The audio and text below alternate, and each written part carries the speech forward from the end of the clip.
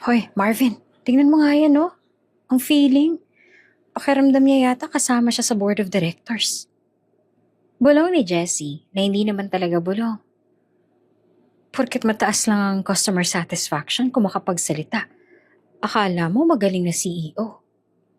Oo nga, akala mo anak ng may-ari ng Euretech Solutions. Natatawang sagot ni Marvin. Hayaan mo na yan, tsambahan lang ang success niya. Sa town hall, doon natin makikita kung sino talagang may karapatan. Nagsimula ang town hall meeting. Umakyat sa stage sina Mr. Enrique Sandoval at Miss Stella Sandoval. Nagsandaling makatuntong sa stage ang mag-asawa, agad na inilibot ng ginang ang paningin niya sa mga nasa harap at gano'n na lang ang gulat niya ng sandaling magkatinginan silang dalawa ni Early. Magandang gabi sa inyong lahat. Maraming salamat sa pagdalo sa mandatory town hall meeting na ito. Panimula ni Mr. Sandoval na may malakas na boses. Bago matapos ang lahat ng ito, may isa pa kaming very important announcement. Hindi ito tungkol sa business. Meron kaming ipapakalala sa inyo. Ang tao na magmamana ng vision at mission namin. Ang tagapagmana ng kumpanyang ito. Sabi ni Mr. Sandoval habang nakatingin sa lahat. Nag-umpisa nang maglakad si Mr. at Miss Sandoval. Hindi sila tumitingin sa front row kung saan nakaupo ang mga managers. Dumiretso sila sa gitna ng hall, patungo sa kinaroroonan ni Early. Nanginginig ang buong katawan ni Early. Hindi niya maintindihan. Bakit sila papunta sa kanya? Early, bakit sila papunta sa atin? May problema ba? Hindi ko alam. Nauutal na sagot naman ni Early. Sina Marvin at Jessie na nakaupo sa likuran ay walang ibang nagawa kung hindi ang magbulungan. Tumigil sina Mr. at Miss Sandoval sa tapat mismo ni Early. Tiningnan siya na mag-asawa nang may sobrang pagmamahal at lungkot sa mata. Erlinda, mahinang tawag ni Miss Sandoval habang umaagos ang luha. Tumingin naman si Early sa kanila. Gulong-gulo at takot na takot sa pwedeng mangyari. Anak, dagdag pa nito na ikinagulat niya. Bago ka pa lang sa channel neto, ibang kwento ni Ate Jane, istorya mo, ikwento mo. Huwag kalimutang pindutin ang notification bell at subscribe button.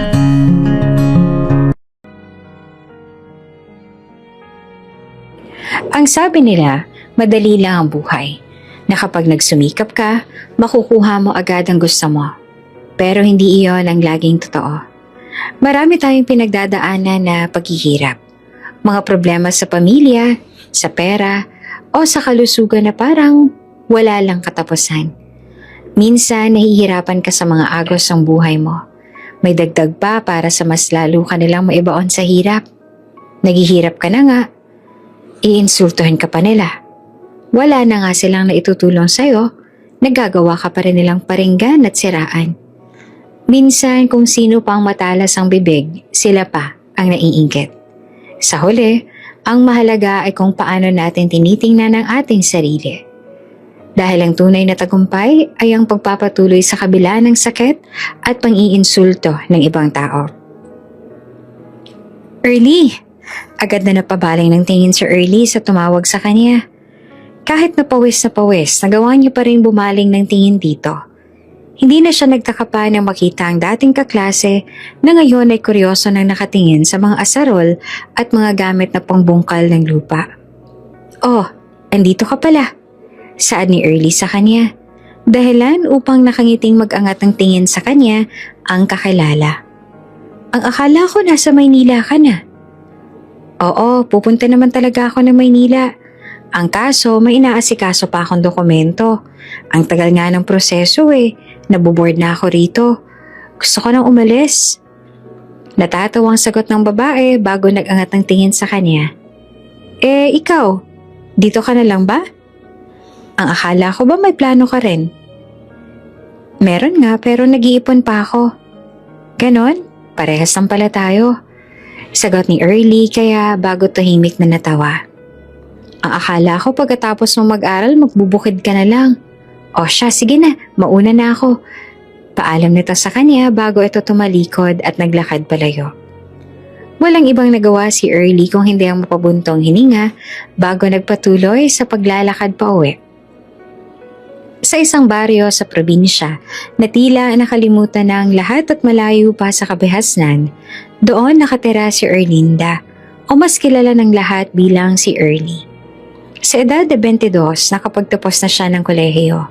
Ito ang pinakamalaking tagumpay na naabot ng kanilang pamilya. Pero sa likod ng tuwa, nariyan ang katotohanan. Matinding kahirapan ng yakap-yakap ng probinsya nila.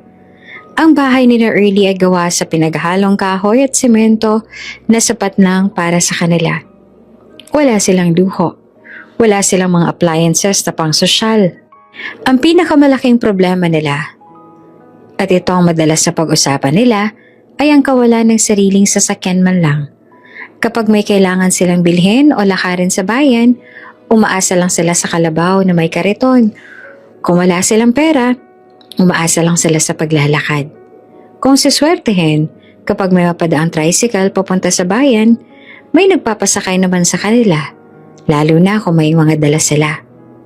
Para sa kanila, kahit nakapos at wala sila ng lahat, hindi naman mahalaga para sa kanilang mga material na bagay. Ang tanging yaman nila, ang pagmamahalan at malasakit ni na Lolo Ben at Lola Ising. Sila ang sandigan ni Early simula pa noon. Isang hapon, inabutan ni Early si Lola Ising na nagpapahinga sa duyan. May hawak itong maliit na pillbox kaya naman agad siyang lumapit dito. La, bakit po hindi kayo humiga sa papag? Mas masarap po magpahinga doon. Tanong ni Early bago umupo sa tabi ng duyan. Sasakit ang likod niyo rito. Hay, apo, mas masarap dito. Mas naaamoy ko ang sariwang hangin dito kaysa sa loob. Sagot pa ni Lola Ising, pilit na ngumiti. Pero nakita ni Early ang panginginig ng kamay nito. Okay lang po ba kayo, La? Oo naman. Uminom na ako ng gamot early. Yung pang-maintenance ko. Alam mo naman, di na tayo bumabata, pero okay lang yan.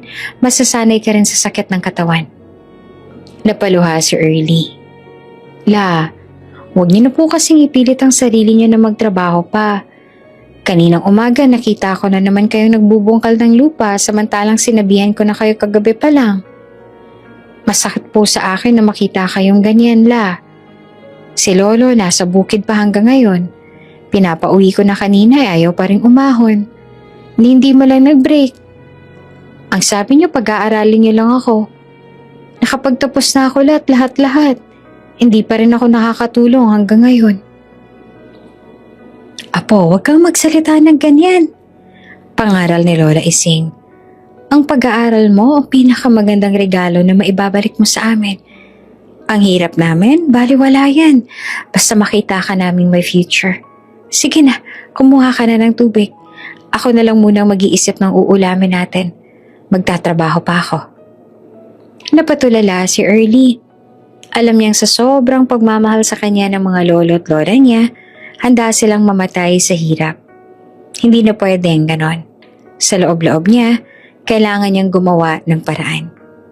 Sa kabila ng lahat ng pagmamahal na natanggap ni Early, may isang lihim siyang matagal nang alam. Isang gabi nung bata pa siya, natagpuan niya ang isang lumang kahon sa ilalim ng aparador. At doon nalaman niya ang katotohanan. Ampon siya. Hindi siya totoong apo ni Lolo Ben at Lola Ising. Wala siyang ideya sa tunay niyang katauhan at iyon ang paulit-ulit na gumugulo sa utak niya. Kinabukasan, habang nag-aayos sila ng mga gamit sa bodega, kinuha ni Early ang isang kahon. La, pwede po ba magtanong ulit? Tungkol po dito? Sabi ni Early, hawak ang kahon. Sa loob nito ay nakita nila ang isang kakaibang kwentas na may medalyon at isang lumang sulat na dilaw na ang kulay. Napatingin naman sina Lolo Ben at Lola Ising sa isa't isa. Tila nag-aalangan kung magsasabi ba ng totoo. Pero nakita ni Early ang curiosity sa mata ng lola niya. Hay anak, malumanay na sabi ni Lola Ising. Lumapit at kinuha ang kwentas. Wala namang problema. Matanda ka na para itago pa to sa'yo. Yung kwintas na yan ang tanging identity mo nang makita ka namin. Pwede niyo po bang ikwento ulit sa akin, La? Pakiusap ni Early. Gusto ko po sanang marinig mula sa inyo ng buo.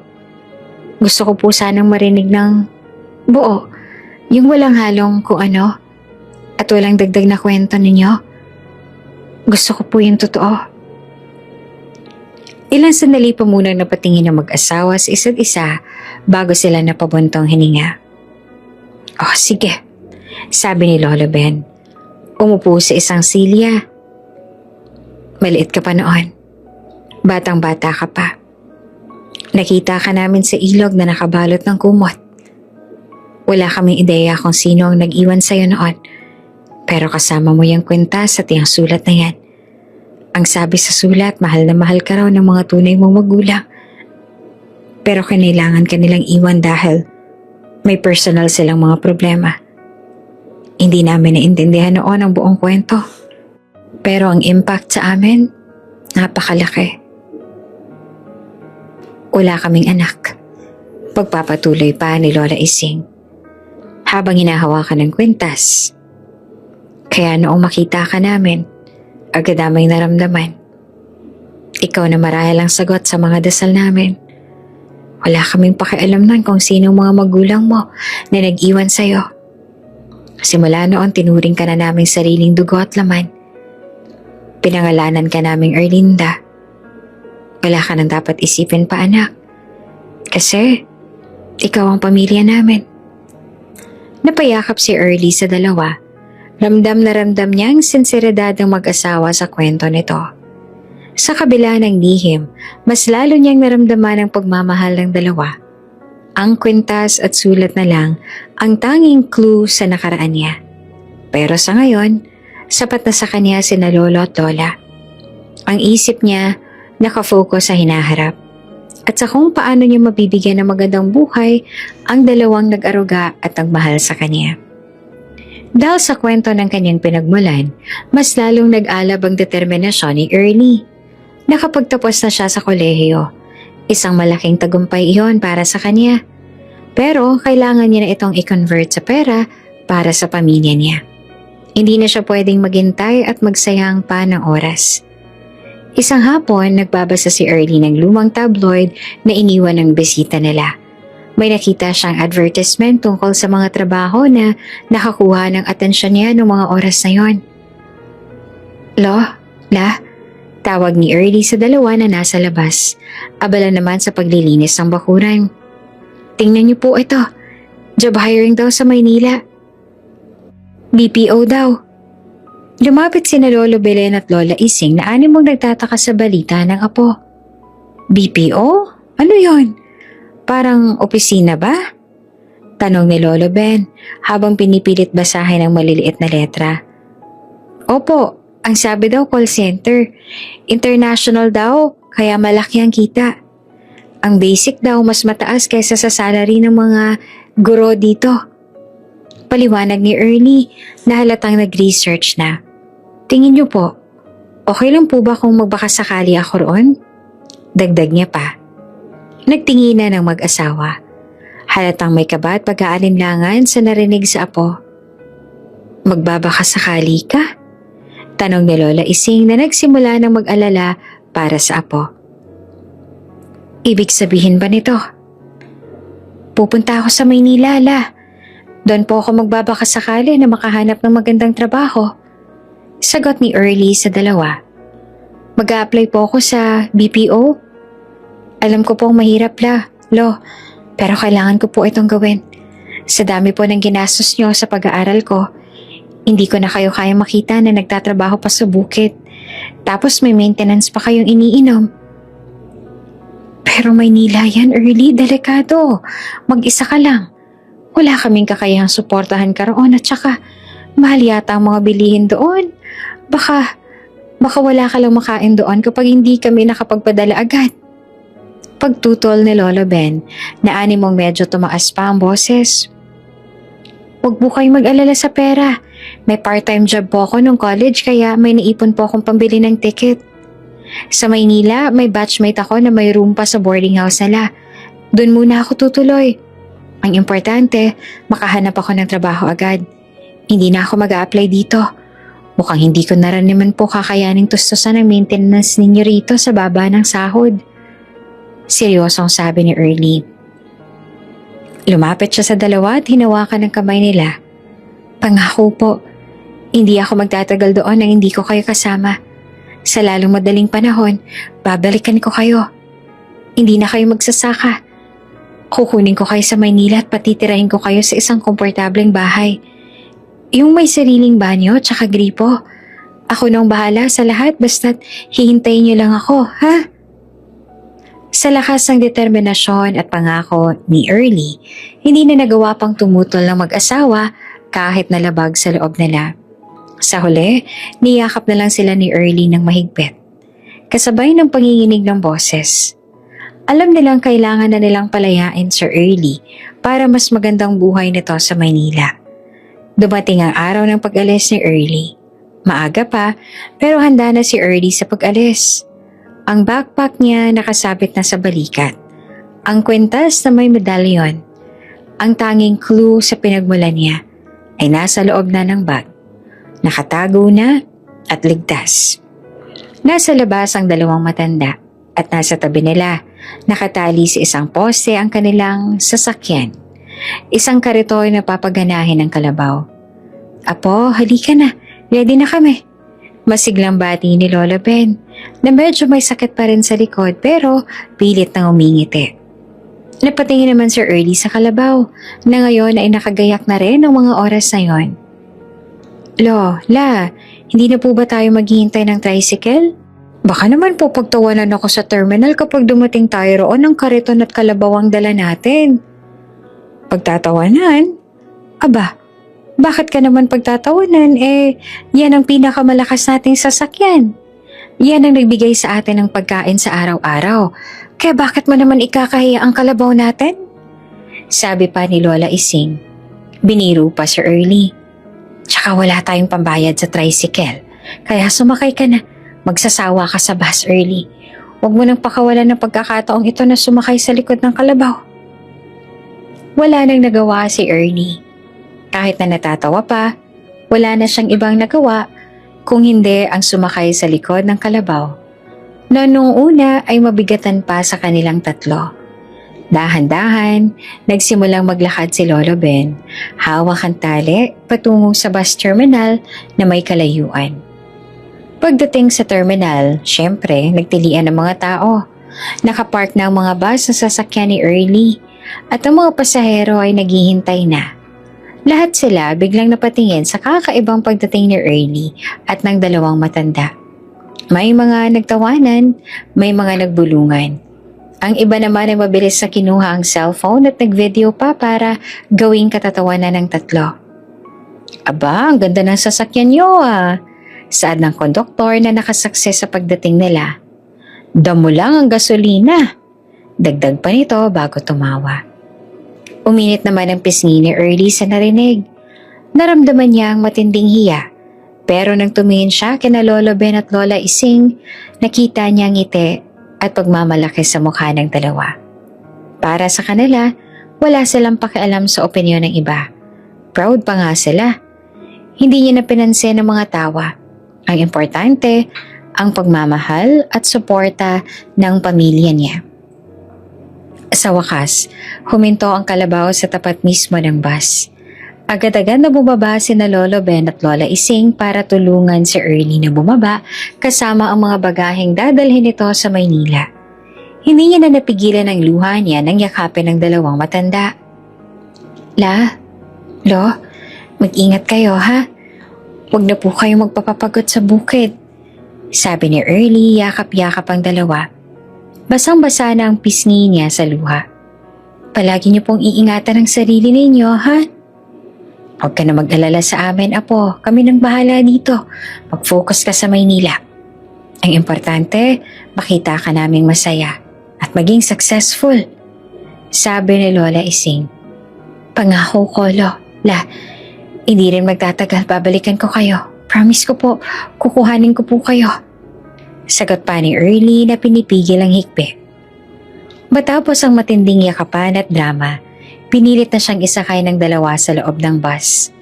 Kinawayan siya ni na lolo at lola hanggang sa mawala sila sa paningin niya. Kasama ang kalabaw at kariton na naghatid sa kanya roon. Tumingin si Early sa bintana. Nagdarasal na maging maayos ang lahat. Ito na ang simula ng kanyang journey sa bagong lugar at bagong buhay na pinili niya. Pag-upo niya sa upuan niya, naghanap siya ng bintana. Ang kaso, side seat siya at may nakatabi siyang lalaki. Napansin niya agad ang lalaki dahil nakangiti ito at parang natatawa sa nasaksihan kanina. Ang ganda ng entrance mo kanina, miss ah. Buong buhay ko ngayon lang ako nakakita ng biyaherong kalabaw ang naghahatid sa kanya sa terminal. Saad ng lalaki, bago muling natawa. Wala namang ibang nagawa si Early kung hindi ang mag-iwas ng tingin, mapanguso at namumulang pisnging tumahimik. Don't get me wrong ha, nagulat lang ako.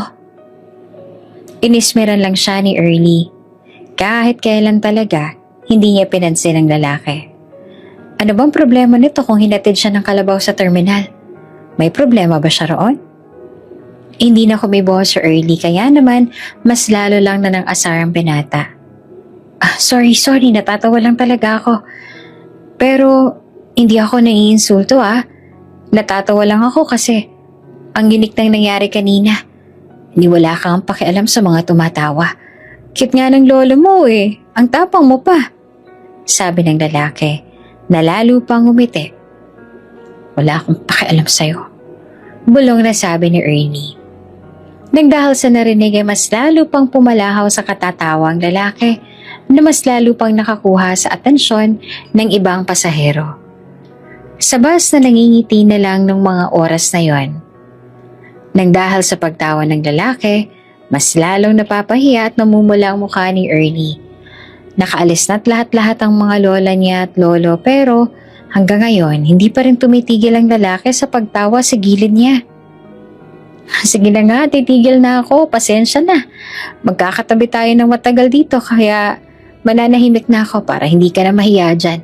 Baka abutin pa tayo ng 10 oras sa biyahe na to. Hindi na nagsalita si Early kaya naman muling lumingon sa kanya ang lalaki. Ang tahimik mo naman, di ka ba talaga nagsasalita? Tanong ng lalaki sa kanya na hindi niya man lang nalingon. Ako nga pala si Carlo.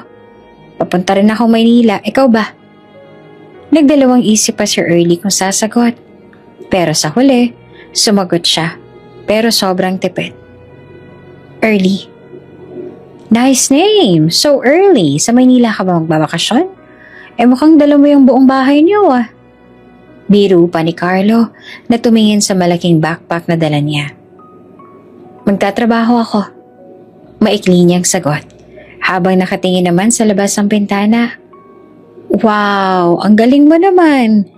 Ako, mag-aaral. Pero mag-a-apply din siguro ako ng part-time sa BPO. Masayang sabi ni Carlo. Anong trabaho nga palang applyan mo? Security guard ba? BPO, call center. Medyo irritable niyang sagot dahilan upang matawa si Carlo. Aba, ayos yan. Baka maging magkatrabaho pa tayo. Alam mo ba na high-tech na sa call center? At alam mo rin ba, sabi nila, malaki raw ang sweldo sa call center. Malay mo, kapag nagsipag ka ng nagsipag sa trabaho mo, makabili ka ng tricycle. Natatawa nitong biro na muli niyang pasikretong inismeran. Mahirap ang trabaho sa call center, lalo na kapag nilagay ka nila sa international calls. War freak yung mga kliyente ron, tsaka palagi nagsasalita ng Ingles. Aba, halos hindi mo na nga maintindihan. Pero sa nakikita ko sa'yo, mukhang kaya mo naman. Mukha kang palaban Pampalakas loob pa ni Carlo. Hindi na sinagot ni Early si Carlo. Nagkunwari na siyang natutulog. Nagsara ng mata. Pero nararamdaman niya ang presensya ni Carlo na tahimik na lang na nagpatugtog ng music sa earphones niya. Sa isip ni Early, ang daldal. Pero parang mabait naman. Ang tensyon sa biyahe nabawasan ng kaunti. Nang dahil sa kakulitan at kadaldalan ni Carlo na nung una ay inakala niya pang may sayad at walang preno ang bibig. Nang mag-stop over ang bus, bumaba si na Early at Carlo. Sa rest area, nakita ni Early si Carlo na bumili ng kape. Ay, Early! Akala ko iniwanan mo na ako. Na parang laging hyper. Gusto mo ba ng kape? Libre ko na. Hindi na, salamat. Maikling sagot ni Early habang bumibili ng mineral water. Ang tahimik mo talaga, Early. Parang lagi kang galit. Pero alam ko may kwento ka. Sabi pa ni Carlo. Sige na, magkwento ka naman. Para naman hindi boring yung biyahe natin. Napabuntong hininga si Early. Wala lang ako masabi. Bakit ikaw? Hindi ka ba napapagod magsalita? Parang palaging may baril ang bibig mo. Inisasaan ni Early dahilan upang humagalpak sa tawa si Carlo. Saan ka nag-aral? Sa Manila. Course ko, IT. Matagal ko nang gustong pumunta ron. Ikaw ba? Anong favorite color mo? Pilit ni Carlo. Wala, gusto ko lang matulog. Sagot ni Early na lalo pang nagtipid sa pagsagot sa lalaking hyper. Pero hindi sumuko si Carlo dahil muli ulit siyang nagsalita.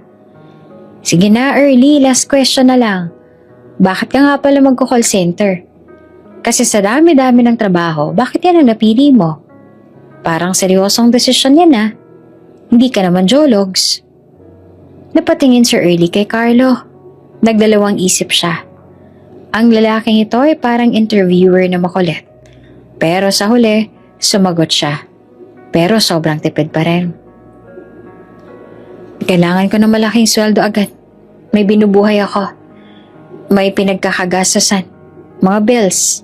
May mga maintenance yung mga kasama ko sa bahay. Sabi ni Early pero hindi niya na binanggit na para ito sa lolo at lola niya. Oh, ganun ba? Wow, ang hardworking mo naman pala Early. Ganyan dapat. Ibig sabihin, seryoso ka talaga sa buhay. Go lang ng go, kaya mo yan. Magaling ka. Magdasal ka lang palagi. Pampalakas loob ba ni Carlo? Hindi na sumagot si Early. Sa halip, ngumiti lang siya ng tipid. Ang lalaking to, kahit bibot daldalero, ramdam niyang sincere ang sinasabi nito. Hindi na siya nagtanong ulit. Bumalik na lang sila sa bus at umupo ulit sa tabi ng isa't isa. Nang umandar ulit ang bus, tahimik si Carlo. Kinuha na lang nito ang earphones niya at nag-umpisang makinig ng music sa sariling cellphone. Minsan ay tumatawang mag-isa, minsan naman ay seryoso lang na nanonood. Si Early naman tumingin na lang sa labas ng bintana habang nag-iisip at nagpaplano ng mga gagawin niya pagdating sa Maynila. Sa bawat kilometro na nilalakbay ng bus, tinitingnan niya ang mga punong nagdaraan. Naisip niyang lolo at lola niya. Sila ang nagbigay sa kanya ng pag-asa. Sila ang dahilan kung bakit niya kailangang maging matatag. Naaalala niya ang kwenta sa tangsulat. Sino kaya mga magulang niya? Bakit kaya siya iniwan? Mayaman ba sila? Maraming tanong sa isip niya. Pero ang pinaka-importante, ang inaharap niya ngayon. Sila Lolo Ben at Lola Ising. Sila ang pamilya niya at sa kanila siya nakatuon. Naramdaman niya na tinitingnan siya ni Carlo. Oh, bakit nakatingin ka dyan? May sasabihin ka na naman. Tanong ni Early na medyo iritable. Wala, gusto ko lang makita ka kung seryoso ka ba talaga sa pagtulog mo. Ayun, hindi. Biro ni Carlo. Pero seryoso, ang ganda ng view dyan sa labas ah. Pero mas maganda yata ang future mo. Ramdam ko Early, magiging successful ka. Napangiti naman si Early nang hindi niya namalayan dahil sa narinig mula kay Carlo.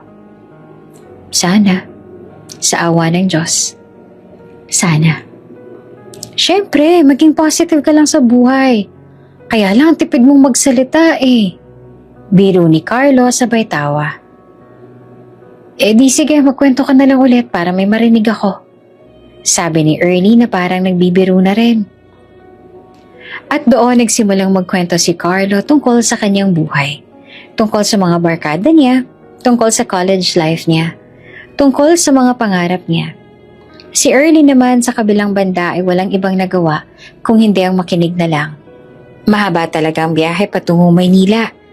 Hindi kalaunan ay nagsawa na si Early sa pagtingin sa labas ng bintana. Ang mga kwento ni Carlo ay naging background noise na lang. Pero kahit papaano, nakatulong yon para hindi siya maboard sa biyahe nila. Alam mo, Early, sabi ni Carlo na medyo humina ang boses. Ang dami ko nang sinabi tungkol sa sarili ko. Pero ang dami ko pa rin hindi alam tungkol sa'yo. Pero okay lang yan. Sa Maynila na lang ulit kapag nagkita tayo.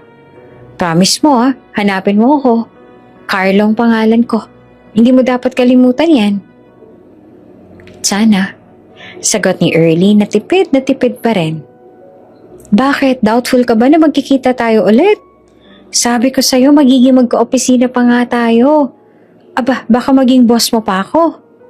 Joke lang. Tawa ni Carlo. Hindi niya na inintindi si Carlo. Ramdam na ni Early na malapit na sila sa Maynila. Ang excitement at kaba niya naghahalo na. Ilang oras na lang at magsisimula na ang bago niyang buhay. Ang buhay na babago sa buhay ng lolo at lola niya. Pagkalipas ng ilang oras, tumigil na ang bus. Nasa Maynila na sila. Sa wakas, bumaba si Early, dala ang backpack niya. Paglabas ng terminal, bumungad sa kanya ang matinding ingay, usok at traffic. Nakaramdam siya ng gulat dahil hindi niya ina-expect na ganito palang kaingay sa syudad, kumpara sa tahimik nilang probinsya. Hoy, Early! Dito na tayo! Ang ingay ano? Pero ayos lang yan, nakaka-excite diba? Bati ni Carlo na nakasunod sa kanya. Mukhang hindi naman. Tipid niyang sagot. Oh, sige na, mauna na ako. Ang dami ko pang lakad eh. Good luck nga pala sa'yo ha. Huwag mong kalilimutan na pangalan ko. Carlo, see you around. Sabi pa ni Carlo. At ang mamadaling umalis, bit-bit ang bagahe niya. Tumingin si Early sa paligid. Ang kwentas ay may medalyon. Nakatago sa loob ng bag. Ang pangako kina Lolo Belen at Lola Ising. Nasa isip niya at nakatanim pa rin hanggang ngayon. Naglakad na siya, kasama ang kumpulan ng mga tao roon patungo sa boarding house ng batchmate niya. Hindi na siya lumingon, hindi pa ito ang katapusan ng kwento niya. Ngayon pa lang nagsisimula ang totoong laban na kailangan niyang harapin sa oras na makakahanap siya ng trabaho sa bagong syudad na magiging panandalian niya ang tirahan. Pagkatapos ng mahabang biyahe, sumalubong kay Early ang matinding ingay at init ng Maynila. Hindi na ito ang tahimik na probinsya na kinalakihan niya. Dito, tila mas mabilis ang ikot ng mundo. Lahat nagmamadali. Lahat may ginagawa at abala sa kani-kanilang trabaho at pinagkakaabalahan. Medyo nakakabingit, nakakakaba. Pero mas pinili niyang maging excited. Agad siyang dumiretso sa boarding house ng kanyang batchmate. Simple lang, sapat para makatulog at mag-ayos. Pagkatapos magpahinga ng isang araw, inayos na ni Early ang sarili.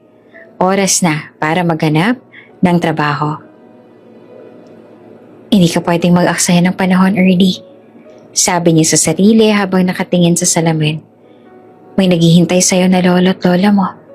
Hindi ka pwedeng bumalik na luhaan at bigo. Go lang ng go. Nakaprint ang resume ni Early. Inaral niya na ang script para sa interview. Ang una niyang pinunteriya, ang Euritech Solutions. Isa sa mga sinasabing pinakamalaking BPO company sa Pilipinas. Naglakad siya patungo sa gusali. Bit-bit ang kaba at ang determinasyon. Pagdating sa lobby ng Euritech, tumingala siya. Napakataas ang building. Ang mga taong naglalakad mukhang sosyal at profesional. Pakiramdam ni Early para siyang na-out of place sa suot niyang simpleng damit. Nilakasan niya ang loob niya at pumasok sa opisinang itinuro sa kanya. Habang naghihintay siya sa waiting area para sa initial interview, napansin niya ang isang pamilyar na mukha. Nakatingin din ito sa kanya. Naanimong nagulat din ito nang makita siya roon. Si Carlo. Hoy, ikaw ba yan, Early? Sigaw nito na nag-echo sa buong lobby. Dahilan upang mapatingin ng ilan sa gawin nito. Isang buntong hiningang pinakawala ni Early dahil pakiramdam niya, hindi na naman matatahimik ang mga tenga niya sa kadaldala ni Carlo. Ang galing! Sabi ko na nga ba magkikita tayo ulit eh. Ano, niniwala ka na ba? Masiglang bati ni Carlo na nakasuot ng mas formal na polo shirt ngayon. Nagulat naman si Early nang makita at mapansin niya ang ayos ni Carlo. Carlo, anong ginagawa mo rito? Ang akala ko ba mag-aaral ka? Kuryoso niyang tanong. Lumapit si Carlo kay Early at halos nakipag-high five siya sa excitement. Sabi ko sa'yo, diba, magiging magkatrabaho pa tayo. Nako, destiny na yata to, Early. Euritech Solutions din ang first choice ko eh. Sabi ni Carlo. Security guard ba ang a-applyan mo? Inismeran lang ulit siya ni Early. Nandito ako para mag-apply ng call center. At saka, hindi security guard ang a-applyan ko, no? Inis na sagot ni Early bago muling umismed sa kanya na tinawanan naman ni Carlo. Ikaw ba? Di ba sabi mo mag-aaral ka muna? Eh anong ginagawa mo rito ngayon? Oo, mag-aaral ako pero kailangan ko mag-part-time job. Kaya habang nag-aantay ng klase, mag-iipon muna ako. Kaya andito ako. Eh ikaw ba? Mukhang seryosong-seryoso ka. Interview mo ngayon ano? Di ka na yata natulog para mag-review. Biro pa ni Carlo. Natural. Hindi naman ako ikaw na parang ni minsan. Hindi mo lang nakaramdam ng kaba. Sagot ni Early na pinipigilan ng ngiti. Kahit nakakabisit si Carlo, medyo nabawasan naman ang kaba niya dahil sa pakikipag-usap dito. Oh, parang nakakapanibago ka na ngayon ah. Tingnan mo nga to. Nagsasalita ka na ng mahaba. Aba, progress yan. Tawa ni Carlo. Sige, anong gagawin mo? Hahanapin ko na ba ang job posting para sa supervisor mo? Baka kasi team lead agad ang level mo, Early. Huwag kang maingay, baka marinig pa tayo ng HR. Pakiusap na Early habang naghahanap ng distraction. Sige na nga, sige na, tatahimik na ako. Pero bago yan, good luck sa'yo, ha? Sige na, mauna na ako sa initial interview. Baka agent na ako paglabas ko. Sagot ni Carlo, sabay kumindat at umalis. Pagkatapos ng ilang oras, tumawag si HR para sa interview ni Kelly. Kinabahan ulit siya ng bongga. Sa interview room, hinarap siya ng isang interviewer na mukhang seryoso. Dito, talagang sinubok ang English skills ni Early, lalo na nang magsimula siyang tanungin ito. So, Erlinda, tell me about yourself. Panimula ng interviewer na animang masungit. Walang ibang nagawa si Early kung hindi ang bumuntong hininga at nagsimulang magsalita. Pero ramdam niya ang pagiging probinsyana niya base sa mga sagot niya. I'm Erlinda. I'm a graduate of BS Education. I want to work here because I want to give a better life for my lolo and lola. They are old na and sick. Paliwanag ni Early na may halong Tagalog at mga pagkakamali pa sa grammar. Nagtatakang mukha ng interviewer. I see. You're here because of your grandparents? Yes. They need my help very much. They are working in the farm very, very hardly. Sagot ni Early. Nagtanong pa ng mga technical questions ang interviewer. Sa bawat sagot ni Early, may mga wrong tenses, wrong subject-verb agreement, at maling pronunciation na siya. Hindi niya alam kung bakit ngunit tila ba nababakas na sa mukha ng interviewer ang pagkabigo. Lalo na sa tuwing makikita niya itong napapangiwi dahil sa mga sagot niya. Sa totoo lang, handa na siyang umuwi at umiyak. Pakiramdam niya bagsak na siya. Pero sa huling bahagi ng interview, biglang nagtanong muli ang interviewer. Why should we hire you, Erlinda? Marami pang mas magaling sa English kaysa sa'yo. Sir, ma'am, Sabi ni Ernie na tiningnan ng interviewer ng diretsyo. Hindi po perpekto ang English ko pero sincere po ako sa mga sagot ko. I promise you, I will work hard. I will study hard. I will not waste the opportunity because my family needs this job. Wala po akong ibang pag-asa. Ito lang po. Tinitigan siya ng interviewer ng matagal. Hindi nagtagal at ngumiti ito. Okay, Erlinda. You are hired. Welcome to Euritech Solutions. Sabi ng interviewer. Agad siyang natigilan ng dahil sa narinig. Halos hindi makapaniwala si Early. Napaluha siya sa tuwa. Nakita ng kumpanya ang sincerity niya at higit sa lahat, ang grammar niya. Ilang araw ang lumipas, pumasok na si Early bilang call center agent sa Euritech. Ang una niyang shift ay sa gabi. Ang BPO floor ay busy at maingay nang pumasok siya. Hindi kalaunan ay nakahanap siya ng sariling cubicle niya. Pinaghalong excitement at kaba ang nararamdaman niya habang nag-ayos siya ng mga gamit sa desk. Ang kaso, ang excitement na yon ay agad na napalitan ng tensyon. Sa training, napansin na siya. Sa production floor, mas lalo siya naging center of attention sa masamang paraan. Naging punteriya siya ng dalawang senior agents, sina Marvin at Jessie. Pareho silang magaling sa English, confident at mapang-asar. Unang call pa lang ni Ernie, napansin na siya dahil sa mga baloktot niyang English at halos hindi maintindihan na grammar. Halos magkatabi lang ang cubicle nila. Hala, sa probinsya? Pakinggan niyo to guys. Bulong ni Jessie na hindi naman talaga bulong. Sinimula ni Early ang call sa isang customer. Good afternoon, my dear valued customer. My name is Early. How I can help you today? Nang matapos ang call, agad na nalapitan siya ni Marvin at Jessie na may mga nakakalokong ngiti sa labi. Mga ngiting animong pwede siyang sunggaban anytime. Uy, dear valued customer daw. Hindi ba dear yan, Marvin? Baka naman, dear Carabao customer, gusto mong sabihin. Pang-aasar ni Jessie sa kanya, kasabay ng tawa ng pagkalakas-lakas. Sobrang lalim ng tone mo, Early, para ka namang nagkukwento sa bukid. Dagdag pa ni Marvin na animang natatawa pa. Dapat straight ang English mo, wala ka dapat pang probinsya ng tono. Wala ka na sa probinsya, uy, nasa Maynila ka na. Namula si Early, masakit, pero pinili niyang huwag na lang pansinin. Pinili niyang mag-focus sa monitor niya. Aba, di tayo pinapansin oh. Hindi mo ba kami naririnig o baka naman puno lang ng lupa galing sa probinsya yung mga tenga mo? Kaya hindi mo kami naririnig ngayon ano? Banat pa ni Jessie bago humalukip-kip at napabaling ng tingin sa kasama. Nag-iinarte ka pa dyan. Hindi ka lang magpasalamat dahil tinutulungan ka namin.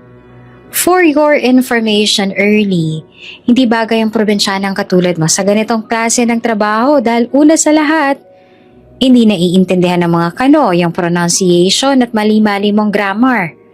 Pangalawa, pang-probinsya ka lang talaga. Magtanim ka na lang kaya ng palay roon. Mas bagay pa sa'yo magbungkal ng lupa kesa sa umupo dito kasama namin. Huling banat ni Jessie bago umalis. Tumatawa-tawa pa. Simula noon naging araw-araw ng kalbaryo ang trabaho ni Early. Bawat call niya, may nag-aabang kina Marvin at Jessie para gayahin at pagtawanan ang pronunciation niya sa mga salita. Hindi lang call ang pinupuna nila, pati ang pananamit ni Early. Isang araw, lunch break, pumunta si Early sa pantry para kumain. Wow, Early, ano yan? Adobong kangkong? Ang simple mo naman. Hindi ka ba nahihiya sa mga coworker mo? Dapat pasta o di kaya burger. Hindi yung pang-probinsyang ulam pa rin na yan. Panimula ni Jessie, tawa ng tawa. Tsaka, yung damit mo. Hindi ba nagtitinda ng ukay-ukay ang lola mo? Sobrang outdated. Dagdag pa ni Marvin. Wala kayong pakialam. Mahinang sagot ni Early pero ramdam niya ang init sa mukha niya. Aba, lumalaban. Alam mo Early, sayang ang college degree mo. Kung ganyan lang ang English mo, mag-resign ka na lang kaya. Hindi tayo makakakuha ng incentive ng dahil sa'yo. Baka low performance ka pa. Pagbabanta ni Jessie. Dahil hindi niya na matiis ang pangungutya, tumayo si Early. Hindi niya na tinapos ang pagkain. Naghanap siya ng lugar na walang tao. Ang naging kanlungan niya, ang comfort room. Pumasok siya sa isang cubicle at tahimik na umiyak. Doon na siya kumain ng tanghalian. Lihim na nag-aaral ng English sa phone niya, gamit ang mga application at online tutorials habang pinipigilan ng luha. Hindi ako susuko. Para sa kanila to. Hindi ako pwedeng sumuko dahil lang sa kanila. Bulong niya sa isip habang tahimik na lumuluha at kumakain sa loob ng comfort room. Ang comfort room ang naging safe place ni Ernie. Madalas doon siya nagpapalipas ng break time. Nagre-review ng mga script at common phrases na ginagamit sa BPO. Naging determinado siya. Kailangan niyang umangat. Hindi dahil gusto niyang maging lamang kina Marvin at Jessie, kundi dahil pinangako niya kina lolo at lola na babalik siya na successful at may ipon na. Isang gabi habang umiiyak si Early sa cubicle at nagre-review ng pronunciation, may narinig siyang boses sa labas. Uy, Early, andyan ka ba? Nakita kitang pumasok kanina pero hanggang ngayon di ka pa rin lumalabas. Malumanay na tanong ng boses. Nagulat naman si Early. Pinunasan niya agad ang luha niya at binuksan ang pinto. Isang lalaking agent ang nakatayo. Hindi niya ito ka-close pero madalas niya ito nakikita sa floor na nakatingin sa kanya. Tahimik lang itong agent. Palaging focused sa trabaho. Si Ryan. Oh, Ryan. Bakit may kailangan ka ba? Tanong ni Early na pilit na pinapatibay ang boses. Bahagya pa siyang pinagmasdan ni Ryan. Wala naman itong nagawa kung hindi ang mag-iwas ang tingin sa kanya. Wala naman, gusto lang kitang kamustahin. Sabi ni Ryan na nakatingin sa mga namumulang mata ni Early bago mali itong nag-iwas. Napapansin ko na madalas ka kong pagtripan ng dalawang agent ah. Huwag mo na lang yung pansinin, Early. Sila Marvin at Jessie? Nako, sila yung mali, hindi ikaw. Kaya hindi mo dapat pinapabayaan ang sarili mo sa mga taong walang ginawa kundi ang mang-asar. Mahirap kaya, Ryan. Halos araw-araw parang gusto ko nang mag-resign ng dahil sa kanila. Pakiramdam ko wala na akong karapatan dito. Mas magaling pa sila sa English kaysa sa akin eh. Sabi ni Early. Naglalabas sa animong naglalabas ng sama ng loob. English? Hindi naman yan ang basehan sa trabahong ganito. Ang attitude mo, yung sincerity mo, yan ang importante. Kaya ka tinanggap. Sila, puro skill lang yan, mga walang puso. Ikaw, may puso ka para sa client mo. Kaya ka tinanggap kasi nakitaan ka ng potensyal. Pampalakas loob ni Ryan sa kanya. Sige, mag-usap tayo. Alam kong mahirap, pero kailangan mong lumaban. Hindi ka lang nagtatrabaho Early. Lumalaban ka. Dahil sa suporta ni Ryan, naramdaman ni Early na may karamay siya. Hindi lang siya nag-iisa sa laban dahil kasama niya si Ryan, ang sarili niya at ang mga pangarap niya para sa lolo at lola niya. Simula noon, naging magkaibigan at mentor ni Early si Ryan. Palagi silang nagkikita sa break at lunch break. Hindi na sa comfort room kundi sa parking lot o sa tahimik na bahagi ng building. Okay, Early, tingnan mo to. Kapag call mo na, huwag kang magpapanik agad. Magsalita ka lang ng malinaw at mabagal. Payo ni Ryan habang nagbibigay ng tips. Tapos, gamitin mo tong application na to. Malaking tulong to sa pronunciation mo. Tsaka kapag nagtanong ng, how are you? Huwag kang sumagot ng, I'm fine, thank you. Masyadong basic yun. Kailangan, professional ang sagot mo. Pero Ryan, ang hirap. Ang dami kong wrong grammar. Naiiyak nga ako kapag narinig ko yung sarili ko nakikipag-usap sa tawag. Sabi ni Ernie. Ganyan talaga sa simula. Ako rin naman dumaan din ako sa ganyan. Pero aral lang ng aral. Huwag silang pansinin. At yung damit mo, Early, okay lang yan. Huwag ka magbabago dahil lang sa kanila. Ang importante, malinis ka at presentable. Sa tawag at linya naman ng trabaho natin, boses mo lang naman ang importante, hindi naman ang outfit mo. Dahil boses mo ang naririnig at hindi ang suot mo. Paliwanag pa ni Ryan. Lihim na ginawa ni Early ang mga payo ni Ryan. Sa loob ng cubicle niya, paulit-ulit siyang nagre-record ng sarili niyang boses. Sa tuwing break time, inaaral niya ang mga accent at phrases. Ang focus niya hindi lang maging magaling, kundi ang magbigay ng excellent service para sa client niya. Habang tumatagal ang mga araw, ang pronunciation at pagsasalita ng English ni Early ay unti-unting nag-improve. Napapansin na siya ng team leader niya dahil na rin sa sipag na meron siya. Ang kumpiyansa niya unti-unti nang bumabalik. Ito na ang simula ng pagbabago kaya naman hindi na naiwasan ni Early ang matuwa dahil sa improvement na meron siya. Dahil sa consistent na training niya at sa tulong ni Ryan, mas gumaling si Early sa lahat. Ang pagkakamali niya sa grammar, unti-unti nang nababawasan. Ang probensya ng tono, agad niya nang nakokontrol. Ang focus niya sa bawat lessons nila ni Ryan ay agad na nagbunga. Isang linggo lang makalipas, agad nang inilabas ng team leader nila ang performance rankings. Okay team, congratulations! May agent tayo na nakakuha ng pinakamataas na customer satisfaction sa account natin. Masayang sabi ng team leader. Ang lahat ay nagtataka. Sino kaya nakakuha ng mataas na score? Malaking ngiti nila Jessie at Marvin dahil alam nila sa kanilang wing sila lang ang pinakamagaling para sa kanila. Kaya naman gano'n na lang ang gulat nila nang sa halip ng pangalan nilang tawagin, pangalan ng ibang tao ang tinawag ng team leader nila. Ang nakakuha ng pinakamataas na CSAT sa atin ay si Erlinda, anunsyo ng team leader. At hindi lang yan, consistent and excellent score niya. Good job, Early. Keep it up. Nagpalakpakan ng team habang nakatitig sa kanya. Si Early naman sa kabilang banda ay halos hindi makapaniwala sa balitang yon. Nakita niya ang mukha ni na Marvin at Jessie. Nagtataka at naiinggit. Aba, nag-i-improve si Provenciana. Baka naman, sinwerte lang. Bulong ni Jessie kay Marvin na medyo may galit na sa boses. Hayaan mo na, ngayon lang siguro yan. Natsambahan niya lang. Sagot ni Marvin pero halata sa mukha niya na apektado siya. Pero hindi lang tsamba ang naging success ni Early sa trabaho.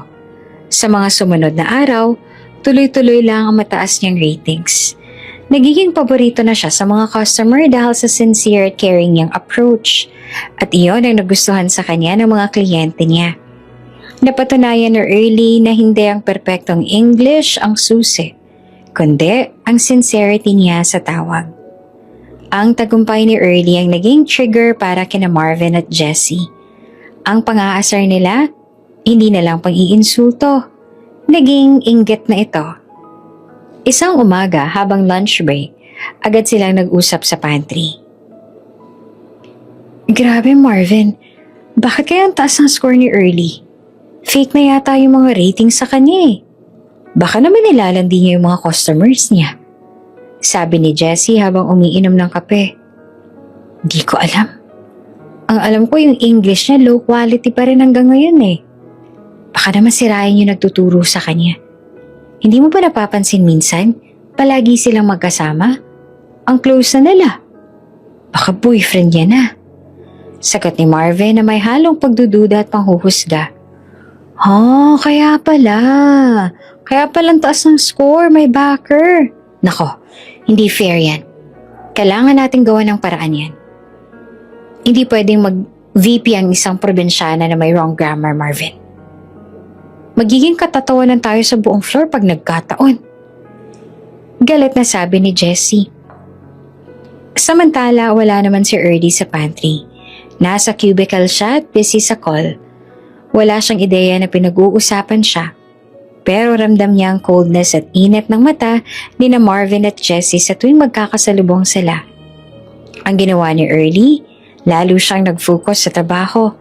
Nag-aral pa ng nag-aral. Hindi niya hahayaan ng negativity ang makasira sa pangarap niya. Ang isip niya, nasa lolo at lola niya. Sila ang lakas niya habang nandito siya sa Maynila. Sa huling bahagi ng shift nila, nag-usap ulit sina Early at Ryan bago umuwi. Early, congrats ulit sa ratings mo. Nakita mo? Walang imposible, diba? Sabi ni Ryan na tuwang-tuwa para sa kaibigan. Salamat Ryan ha. Naku kung wala ka, baka matagal na ako nag-resign dito. Kayo ni na lolo at lola nagbibigay ng lakas sa akin. Sagot ni Early na mas confident na ngayon. Kaya mo yan, Early. Mas mabait ka nga kaysa sa kanila. Ang importante, malinis ang puso mo. Pampalakas loob pa ni Ryan. Umuwi si Early ng may ngiti sa labi. Kahit pagod at puyat. Hindi na ito ang dating Early na laging umiiyak sa comfort room. Napatunayan niya na kaya niyang lumaban sa Maynila. Napatunayan niya na ang pagiging mabait ay mas malakas kesa sa pagsasalita ng tamang Ingles. Pero alam niya na hindi pa tapos ang laban niya sa trabaho. Sila Marvin at Jessie alam niyang hindi ito titigil. At may malaking sekreto pa siyang kailangang malaman at matuklasan. Ang kwenta sa suot niya, ang sulat na kasama at sinulat ng mga magulang niya, at ang Eurotech Solutions na pinagtatrabahuhan niya. Kahit tumaas ang performance ratings ni Early, hindi nawawala ang inggit ni na Marvin at Jessie. Sa tulong ni Ryan, lalo siyang gumaling. Ang pagiging totoo niya, kasabay ng pag-improve ng pagsasalita niya ng English, ay muling nagbunga ng mataas na CSAT. Sa loob ng ilang buwan, siya na ang isa sa top performer sa team nila. Grabe Marvin! Tingnan mo yan, may certificate of recognition na naman ng probinsyana. Dako, hindi na yan kapani-paniwala. Sigurado ako, may ginagawa na siyang kakaiba. Baka nag-cheat yan. Galit na bulong ni Jessie kay Marvin habang nag-aabot ng coffee sa pantry. Yaan mo na, baka nakatsamba na naman yan. Baka nagkataon lang na easy account ang mga nakubuhan niya. Depensa pa ni Marvin, pero halatang naiinis din. Pero yung si Ryan, di mo ba nahahalata? Sobrang close na nila talaga sa trabaho. Parang mentor niya na.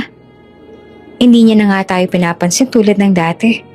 Feeling niya siguro superior na siya dahil palagi nasa top performance yung tinutulungan niya. Samantala, abala naman Sir Early sa cubicle niya. Pinili niyang huwag lang silang pansinin kahit na patuloy ang mga ito sa pagpaparinig sa kanya sa trabaho. Sa tuwing may negative vibes na nararamdaman, iniisip niya ang lolo at lola niya. Sila ang lakas niya para patuloy na gumawa ng tama. Isang gabi, paglabas ni Early sa elevator, nagulat siya sa lalaking muling nakasalubong niya. Hoy, Early! Andito ka pa rin hanggang ngayon? Parang hindi ka na umuuwi, ha? Si Carlo, na hindi niya na nakikita simula nung araw na nag-apply sila. Carlo? Andito ka pa rin? Akala ko umalis ka na. Tanong ni Early na medyo nagulat. Pagyapang natawa si Carlo nang dahil sa narinig. Hindi ako umalis eh. Anong tingin mo sa akin? Mahina ang loob. Ikaw nga yung iniisip ko eh. Baka kako ikaw ang maunang umalis sa atin. Biro pa ni Carlo na tawa pa rin ang tawa hanggang ngayon. Nagbago na yata ang shift ko eh. Nasa night shift na ako ngayon. Ikaw ba? Balita ko supervisor ka na. Congrats ha? Huwag kang maingay, hindi pa ako supervisor no? Irritableng sagot ni Early na pilit na pinipigilan ng ngiti. Joke lang, pero congrats. Nakikita ako palagi sa bulletin board ang pangalan mo. Aba, top performer ka raw sa team ninyo. Ang galing mo naman, Early. Nung una akala ko tahimik ka lang kasi wala kang alam sa Maynila. Ayun pala, tahimik ka lang pero may ibubuga ka rin naman pala. Masayang sabi ni Carlo. Nung gabing yun, nag-usap ulit sila. Break time. Nagkukwentuhan sila. Hindi natipid ang sagot ni Early. Sa daldal at positive vibes ni Carlo, naging komportable si Early B. kalaunan. Masaya siyang makita na may pamilyar na mukha sa floor. Alam mo Carlo, masarap ka palang kausap. Di ka lang daldalero. Sabi ni Early na nakangiti. Sabi ko sa'yo kaya nga magkaibigan na tayo Hindi na tayo basta magkakalala lang. Bawal ng tipid na sagot. Sagot ni Carlo dahilan upang matuwa siya. So, magkwento ka naman. Anong secrets mo sa success na meron ka ngayon? Tanong ni Carlo. Nagkwento si Early tungkol sa mga long nights niya sa pag-aaral ng English at sa mga pang-aasar at pang-iinsulto na naranasan niya sa trabaho. Sa kauna-unahang pagkakataon, may napagkatiwalaan si Early na sabihin ang lahat ng ito maliban kay Ryan. Grabe Early, bakit di mo sinabi? Naku, bad trip naman yung mga yan. Sobrang bait mo na nga tapos yan pang gagawin nila sa'yo? Galit na sabi ni Carlo. Sino ba yung mga yan? Gusto mo kausapin ko? Aba hindi pwedeng ganyan Sa Eurotech bawal ang bullying. Hayaan mo na, hindi naman kailangan. Pero salamat Carlo. Sagot na lang ni Early sa kanya bago ngumiti sa kaibigan. Dahil sa suporta ni Carlo, lalong naramdaman ni Early na may karamay siya. Hindi kalaunan ay mabilis na lumago ang pagkakaibigan na meron silang dalawa. Samantala, sa executive office ng Eurotech Solutions, may malaking meeting na nagaganap. Hindi lang ito basta business meeting. Ito ay personal na paghahanap para sa mag-asawa.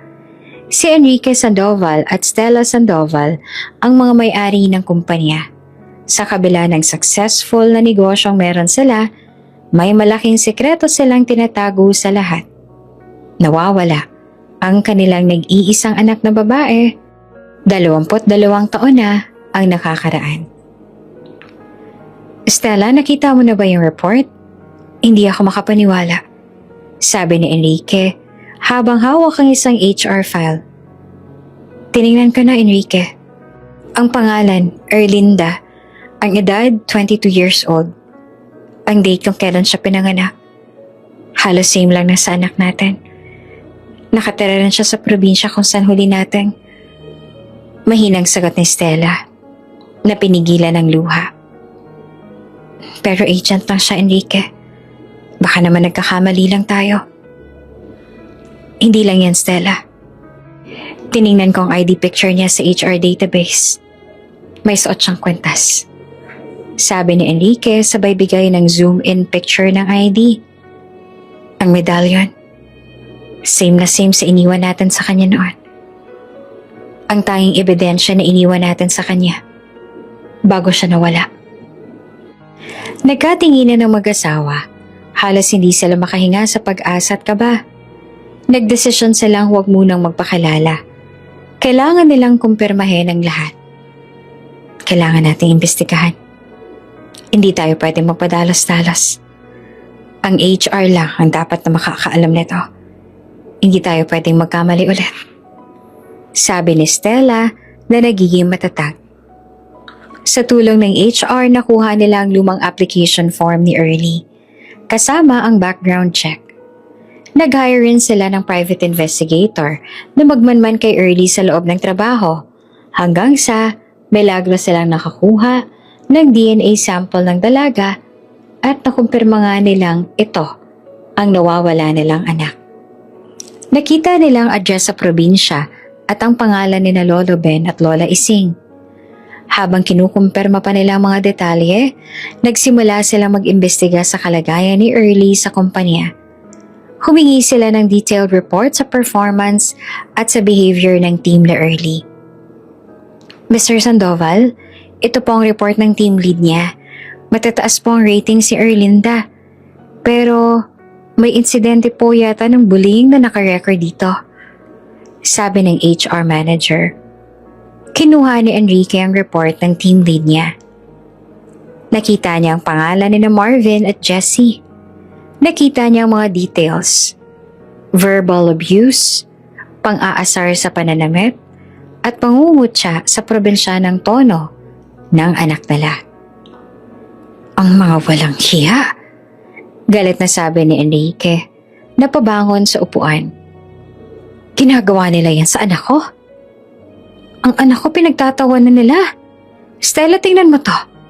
Ang anak natin nagtatrabaho ng maayos pero sinasaktan nila. Umiyak si Stella habang binabasa ang report. Dapat pala hindi na natin siya iniwan. Nakakapangsisi. Ang sakit, Enrique. Hindi pa natin siya naalagaan. Pero sinasaktan na siya ng ibang tao. Ang galit ng mag-asawa umabot na sa rurok. Ngunit pinigilan nila ang sarili. Nagdesisyon silang huwag munang makialam ng direkta. Kailangan nilang makita kung gaanong katatag si Early. Hayaan muna natin.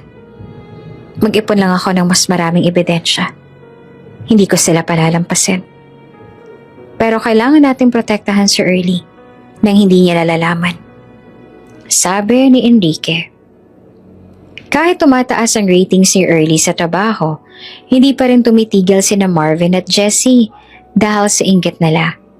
Lalo silang naging mean kay Early. Ang mga pangungutya nila sa dalaga ay mas lalo pang lumala. At iyon ang mas lalong nagpapakaba kay Early. Lunch break na iyon ang nagdala si Early ng masarap na ulam. Niluto ayon ng batchmate niya para sa kanya. Masaya siya nagpunta sa pantry habang dala ang ulam. Oh, sa probinsyana, may baon na naman. Baka naman nilaga na leftover pa yan, ha? Pang-aasar na naman ni Jessie. Hayaan mo na, diet yan pangkabayong pagkain. Tawa pa ni Marvin. Nagpanggap na lang si Early na hindi narinig ang mga tukso sa kanya ng katrabaho. Pero nang mag-excuse siya para kumuha ng tubig, nakita niya sina Marvin at Jessie na nagtitinginan at nagkitian ng may mali siya. Pagbalik ni Early sa pwesto niya sa pantry, wala na ang lunchbox niya. Nagtaka siyang napabaling sa kabuuan ng pantry. Abala sa paghahanap ng lunchbox na nawala. Hoy, anong hinahanap mo, Early? Tanong ni Marvin, na para bang wala siyang ginawa. Nasaan ang lunchbox ko? Nawawala. Nag-aalalang sabi ni Ernie. Baka naman tinapon ng janitor. Tingnan mo nga sa basurahan. Sabi ni Jessie, sabay turo sa malaking basurahan sa gilid ng pantry. Nang tingnan ni Ernie ang basurahan, doon niya nakita ang lunchbox niya. Nilimas na ang laman at itinapon. Ang arte mo kasi. Di mo kinain, kaya tinapon na lang. Sayang daw kasing espasyo sa pantry. At saka medyo may amoy na rin kasi. Sabi ni Marvin bago tumawa ng malakas. Napuno ng galit at sakit ang dibdib ni Early. Hindi pa siya nagsasalita. Dali-dali siyang tumakbo patungo sa comfort room, ang safe place niya. At doon umiyak ng malakas. Sobra na sila, hindi niya na kaya. Pakiramdam niya ay gusto niya nang mag-resign sa trabaho dahil sa mga pang-aapi nito sa kanya. Hindi alam ni Early, nakita ni Carlo ang lahat. Nakita niya sina Marvin at Jessie na nagsiset up ng joke at nakita niya kung paanong tinapon ni Marvin ang lunchbox ni Early. Sinundan niya si Early pero naabutan niya itong nakapasok na sa comfort room. Early? Early, lumabas ka dyan. Alam ko andyan ka. Huwag ka nang umiyak, please. Sigaw ni Carlo sa labas ng comfort room ng babae. Lumabas naman si Early. Namumula ang mga mata. Carlo, anong ginagawa mo rito? Umalis ka nga rito, iwanan mo na ako. Gusto ko mag-isa. Hindi ako aalis dito. Alam ko ang nangyari. Nakita ko silang dalawa. Sabi ni Carlo, galit na galit ang mukha. Halika, samahan mo ako. Hindi natin yan palalampasin. Dumiretso si Carlo at Early sa pantry. Andun pa rin sina Marvin at Jessie. Abala sa pag-inom ng soft drinks nang pumasok sila. Hoy, kayo. Anong problema nyo? Bakit nyo ginagawa yun kay Early? Bakit nyo tinatapon yung pagkain niya, ha? Galit na sigaw ni Carlo. Hoy, sino ka ba para sumigaw dito? Agent ka lang din naman ah. Huwag kang makialam sa amin. Galit na sagot ni Jessie. Sino ka ba? Boyfriend niya? Kayo ba ni Early? Kaya pala ang daldal mo. Wala kayong pakialam. Ang issue rito, ang pambubuli niya sa kaibigan ko. Bakit niyo ginagawa yan? Ano bang napapala niyo sa pambubuli sa kanya, ha? Mga wala kayong kwenta. Sigaw ni Carlo. Aba, wala kang karapatang pagsalitaan kami ng ganyan. Bakit? Sino ka ba sa tingin mo, ha? Sira ulo ka. Ang bastos mo. Sigaw ni Marvin at inunahan na si Carlo ng suntok. Dahil sa init ng ulo, sinuntok ni Marvin si Carlo sa mukha. Nagulat si Early. Hala, tama na. Wag! Sigaw ni Ernie. Umiit ang ulo ni Carlo. Hindi niya nakinaya ang pananakit. Lalo na't nasaksihan niya ang pang-aapi ng mga ito kay Early. Gumanti naman si Carlo ng suntok. Nagsimula silang mag-away sa gitna ng pantry, dahilan upang magsigawan at umawat sila Jessie at Early. Nagkalat na ang mga cup at plate sa lapag pero patuloy pa rin ang dalawa sa suntukan. Mabilis na dumating ang security at ang team leader nila na animong naalarma lang sa sigawan ng dalawang babae sa loob. Tama na yan! Tumigil na kayo! Sigaw ng team lead. Dinala silang tatlo sa HR office. Ang team lead at ang security ang nagkwento ng pangyayari. Pinilit ni Early na magsalita. Pero hinaharangan siya ni Marvin at Jessie. Ma'am, siya ho ang nauna. Siya ang aggressor. Siya ang bully. Bigla na lang siyang pumasok sa panty kasama si Early. Tapos pinagsusuntok niya ako. Self-defense lang ang ginawa ko. Sinungaling na depensa ni Marvin. Sinungaling ka? Sigaw ni Carlo. Hindi po totoo yan. Si Marvin po ang nagtapon ng lunch ko. Pinagtanggol lang po ako ni Carlo. Pilit na depensa naman ni Ernie na umiiyak pa rin. Pero sa huli, ang desisyon ng HR ay walang pinapanigan.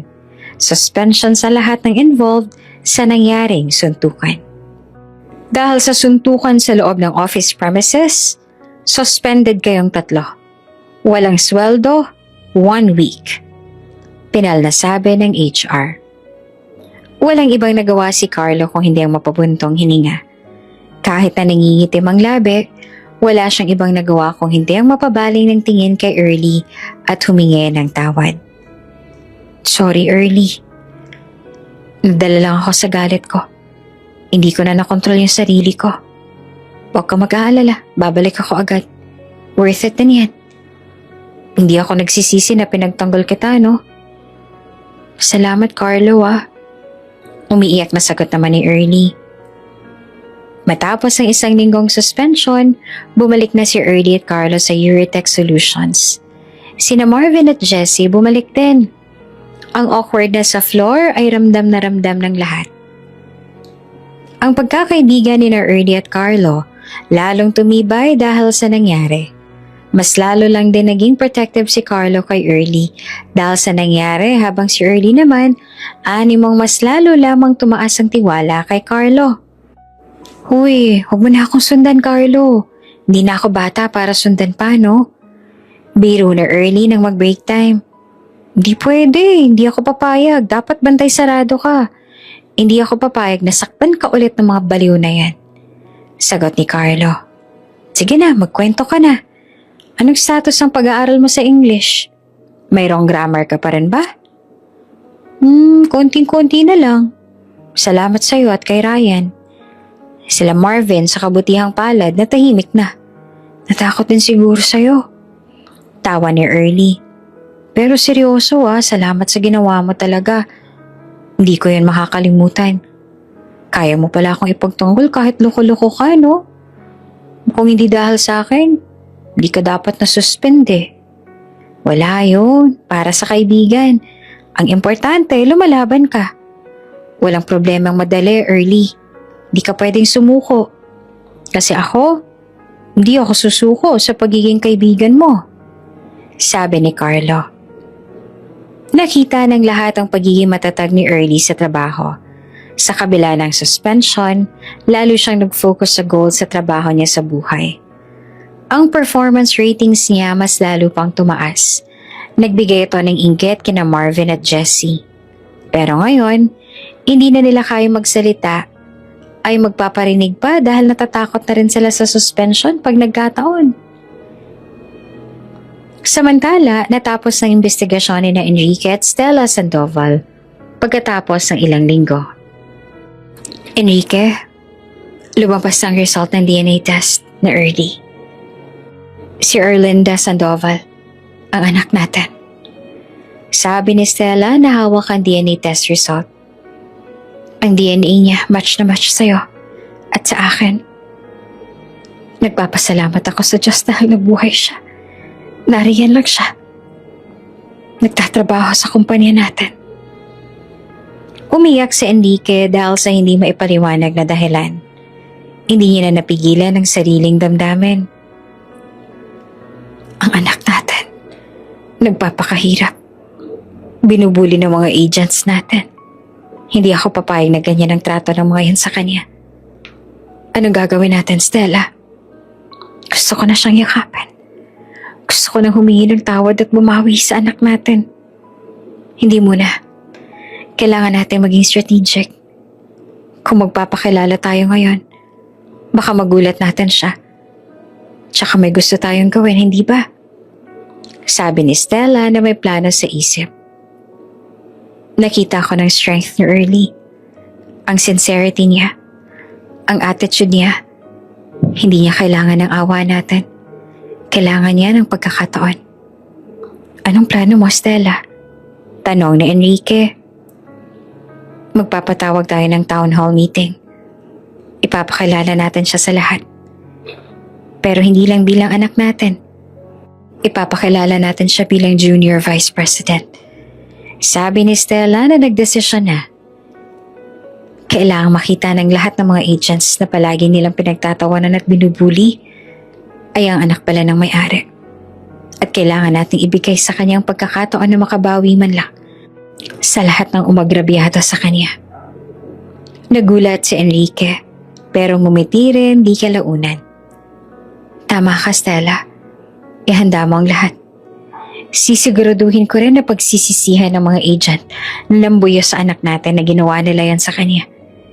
Sisiguraduhin ko may paglalagyan sa kanila. Hindi alam ni Early, ito na ang huling shift niya bilang agent. Wala siyang ideya na ang buhay niya ay malapit nang magbago dahil sa unti-unting paglapit mismo sa kanya ng swerte. Sa kabila ng mga naging paghihirap niya sa trabaho, naisipan niya pa rin ituloy pa rin ang lahat ng pagkuha niya ng mga tawag ng kliyente at pag-aaral ng English kasama si Ryan. At kung minsan naman ay si Carlo nagtuturo sa kanya. Uy, Early, uwi na tayo. Huling break na yan. Good job ka ulit ngayon, ha? Bati ni Carlo, nakasama niya sa parking lot. Salamat ha, Carlo. Feeling ko mas confident na ako ngayon. Ang lolo't lola ko, proud sa akin. Sabi ko sa kanila, malapit ko na silang paupahin at kunin sa probinsya. Nakaipon na rin naman ako kahit papaano. Masayang sabi ni Ernie. Wow, mabuti naman. Kaya mo yan. Maganda lahat ng nangyayari sa'yo dahil mabuti kang tao. At ako, andito lang ako para maging cheerleader mo. Sabi ni Carlo sabay ngiti. Samantala sa executive office, abala naman sina Enrique at Stella Sandoval sa paghahanda para sa town hall meeting. Ang mga document at presentation handa na. Ang kwintas ni Early na frame na ngayon, nasa safe ng lugar. Inihintay na lang nila ang tamang oras para sa nalalapit na meeting. Ang simula ng pagbabago ng buhay niya ay malapit na. Ang suspension at ang bullying ang naging dahilan para bumalik ang nawawalang anak sa pamilya nila. Lunes iyon ng gabi nang may naramdamang tensyon ng mga empleyado sa Euritech Solutions, lalo na nang sandaling nagpatawag si Mr. at Miss Sandoval ng mandatory town hall meeting para sa lahat ng empleyado ng night shift. Ang lahat kailangan umakyat sa pinakamalaking function hall sa building. Ito pa lang ang kauna-unahang pagkakataon na nagpatawag ang mag-asawa ng biglaang meeting kasama ang mga empleyado. Kaya naman, gano'n na lang ang gulat ng iba. Hala, early, ano kaya meron no? Parang ito pa lang ang kauna-unahang pagkakataon na nagpatawag ng town hall meeting ng gabi ah. Saad ni Carlo na sobrang excited dahil sa break sa trabaho. Magaling na ang sugat niya mula sa suspension. Hindi kayo magkakaroon ng awards night kasi parang bihira lang na magpatawag ng town hall eh. Lalo na kung yung mag-asawang Sandoval pa mismo ang nagpatawag. Hindi ko rin alam kung award, sana incentive na lang. Ang dami ko kayang excellent CSAT nito mga huling buwan. Baka may bonus. Sagot ni Ernie, na masaya na ngayon ang mood pero may kaunting kaba pa rin. Kasama niya si Carlo at si Ryan na naglalakad papunta sa hall. Hindi, Ernie. Tingin ko parang may major announcement yung kumpanya. Si Mr. at Miss Sandoval kaya yung owners ng Euritech Solutions. Sila raw ang magpe-present eh. Sobrang seryoso raw. Yun ang balita sa lobby kanina. Bulong pa ni Ryan. Pero congrats ulit sa ratings mo ha, Early. Mas maganda na ang English mo kaysa sa akin ngayon. Napakagaling mo talaga. Salamat Ryan. Ikaw ang best mentor ko. Ngiti ni Ernie. Habang naglalakad sila, nakita ni Ernie sina Marvin at Jessie. Siyempre, inismeran lang siya ng dalawa. Hoy, Marvin, tingnan mo nga oh. Ang feeling, pakiramdam niya siguro kasama na siya sa board of directors. Bulong ni Jessie na hindi naman talaga bulong. Porket mataas lang ang CSAT, kung makapagsalita, akala mo magiging CEO. Oo nga, akala mo naman anak ng may-ari ng Euritech Solutions. Natatawang sagot ni Marvy. Hayaan mo na yan, tsambahan lang naman ang success niya. Sa town hall, doon natin makikita kung sino talagang may karapatan. Sagot ni Marvin, na mayabang pa rin ang tono. Umupo si Early sa gitna ng hall, kasama sina Ryan at Carlo. Ang lahat naghihintay na magsimula ang meeting. Kakaiba ang pakaramdam sa loob ng hall. Hindi nila alam na ang meeting na ito ay tungkol na pala sa isa sa kanila. Nagsimula ang town hall meeting. Umakyat sa stage sina Mr. Enrique Sandoval at Miss Stella Sandoval. Pareho itong nakasuot ng power suit at mukhang posturang-postura. Nang sandaling makatuntong sa stage ang mag-asawa, agad na inilibot ni Stella ang paningin niya sa mga nasa harap. At gano'n na lang ang gulat niya ng sandaling magkatinginan silang dalawa ni Early. Hindi inaasahan ni Early na magpapalitan sila ng titig ng CEO. Kaya naman wala siyang ibang nagawa kung hindi ang tipid ng ngumiti sa ginang. Nakita naman niya ng ginang kaya naman mabilis na nanginig ang kamay niya sa sobrang kaba. Magandang gabi po sa inyong lahat. Maraming salamat sa pagdalo sa mandatory town hall meeting na ito. Panimula ni Mr. Sandoval na may malakas na boses. Ang meeting ay nagmistulang ordinaryong business meeting. Nagpakita sila ng charts at graphs tungkol sa performance ng kumpanya. Nagkwento sila tungkol sa mga future projects at sa pagpapalawak ng Euritech Solutions. Ang Euritech ay lumalaki dahil sa inyong sipag at tiyaga. Kayo ang buhay ng kumpanyang ito. At gusto naming magpasalamat sa inyo, sabi ni Ms. Sandoval na nakangiti. Napansin naman ni Ernie na madalas tumingin si Ms. Sandoval sa side niya. Hindi lang isang beses, parang may hinahanap. Baka naman may kilala siyang agent dito. Iyon ang nasa isip ni Ernie noong mga oras na yon. Habang nagpe-present sila, tahimik lamang si Ernie. Mas focus siya sa performance niya. Alam mo, Ernie, parang ang ganda ng suit ni Ms. Sandoval, ha? Gusto ko yan. Pag ako nagka-bonus, bibili ako ng ganyan. Bulong ni Carlo na relax na relax. Hala, manahimik ka nga, baka marinig pa tayo. Pabulong na sagot ni Ernie. Sa kabilang banda, mas lalong nainis sina Marvin at Jessie. Wala na bang iba pang topic? Puro sales na lang ba? Animong atat sila na malaman kung sino nga ba ang top sa kumpanya. Nang matapos ang presentation tungkol sa business plan, biglang tumigil si Mr. Sandoval. Nagbago ang tono niya nung mga oras na yon. Nawala ang formal na tono ng pananalita niya. Napalitan ito ng personal at emosyonal na tone, bagay na nakapagpataas ng kilay sa lahat ng naroon. Pero bago tayo maghiwa-hiwalay at bago matapos ang lahat ng ito, may isa pa kaming very important announcement. Hindi na ito tungkol sa business. Panimula ni Mr. Sandoval na naging seryoso ang mukha. Nagtingin na ng lahat ng empleyado. Ang tensyon sa hall ay parang puputok na.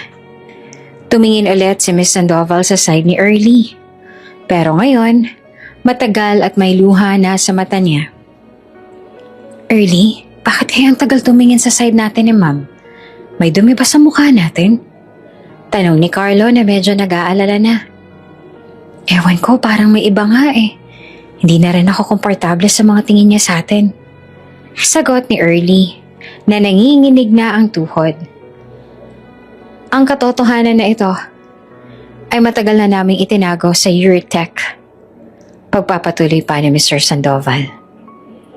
Ang kumpanyang ito, hindi lamang ito tungkol sa business. Ito ang buhay namin. At ang future ng kumpanyang ito ay hindi lang sa amin nakasalalay.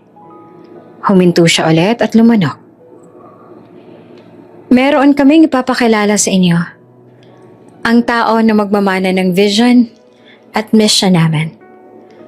Ang tagapagmana ng kumpanyang ito. Sabi pa ni Mr. Sandoval habang nakatingin sa lahat. Ang lahat ng empleyado ay bahagyang nagtinginan sa isa't isa. Sino kaya yun? May anak pala sila. Biglang nagbago ang slide sa screen. Wala na ang graphs at charts. Napalitan ito ng simpleng litrato ng isang baby at may nakasulat na petsa ng kapanganakan sa ilalim. Nakasuot ang baby ng isang kwentas na may kakaibang medalyon. Gulong-gulo na ang isip ni Ernie.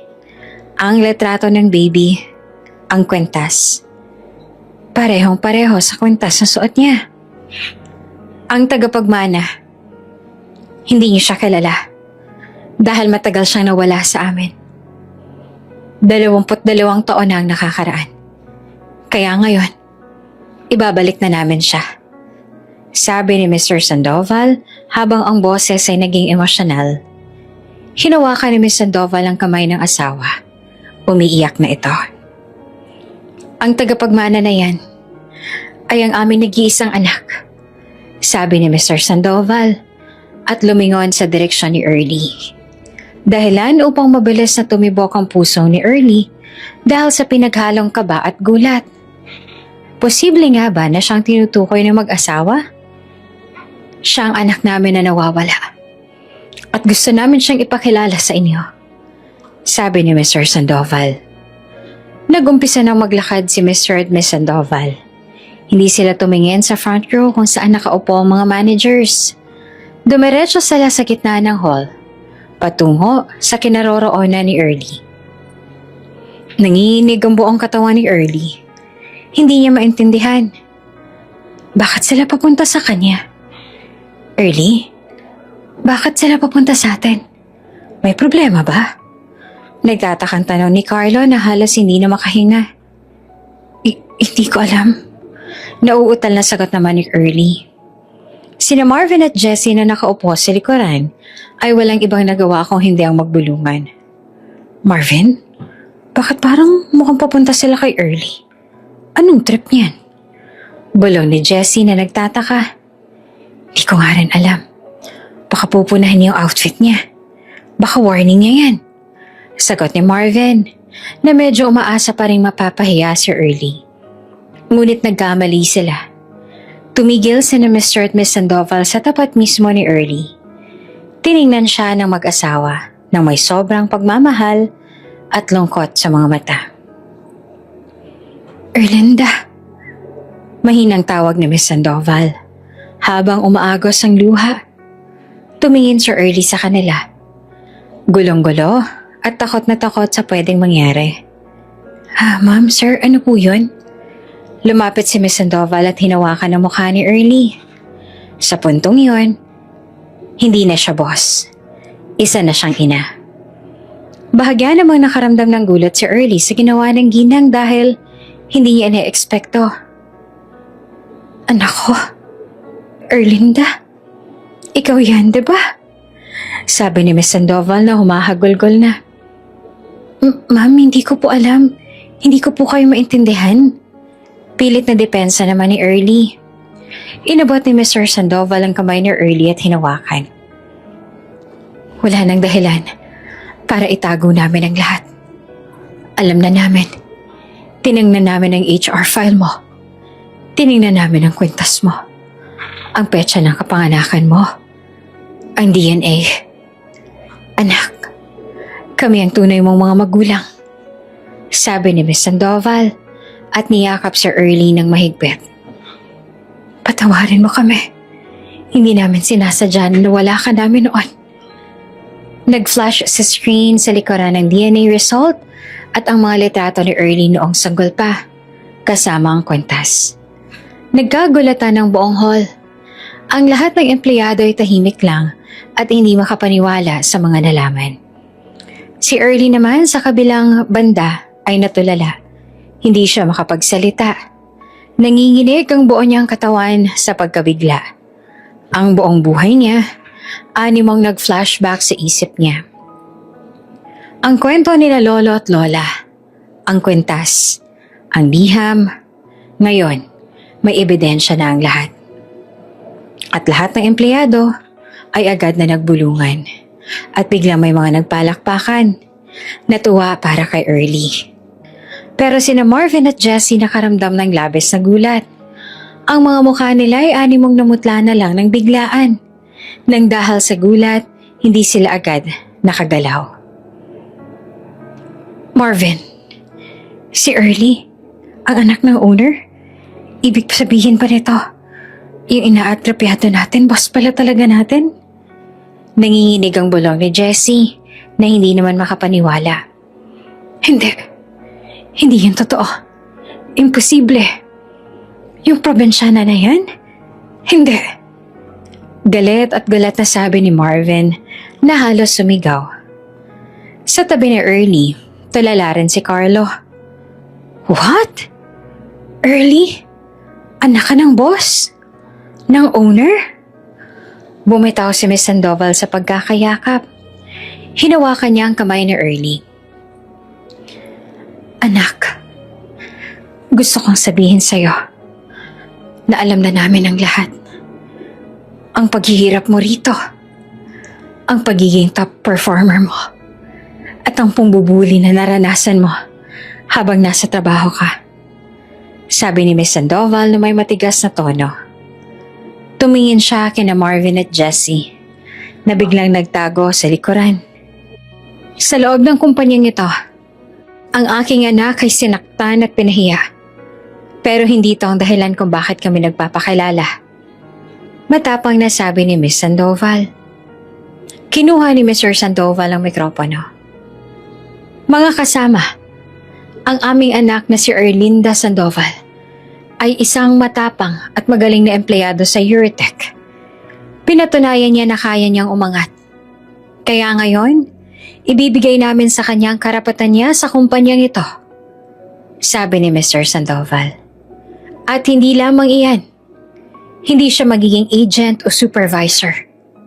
Dagdag ni Ms. Sandoval na lalong tumigas ang tone niya. Hinarap niya ang lahat at lalo na sina Marvin at Jessie. Si Erlinda Sandoval, ang aming anak na nawala. Ang tagapagmana, ang magiging junior vice president ninyo simula ngayon. Sigaw ni Ms. Sandoval. Nagpalakpakan ng buong hall. Ang gulat at pagkabigla ay umabot sa rurok. Ang probinsyanang agent na may wrong grammar, ngayon ay junior vice president na.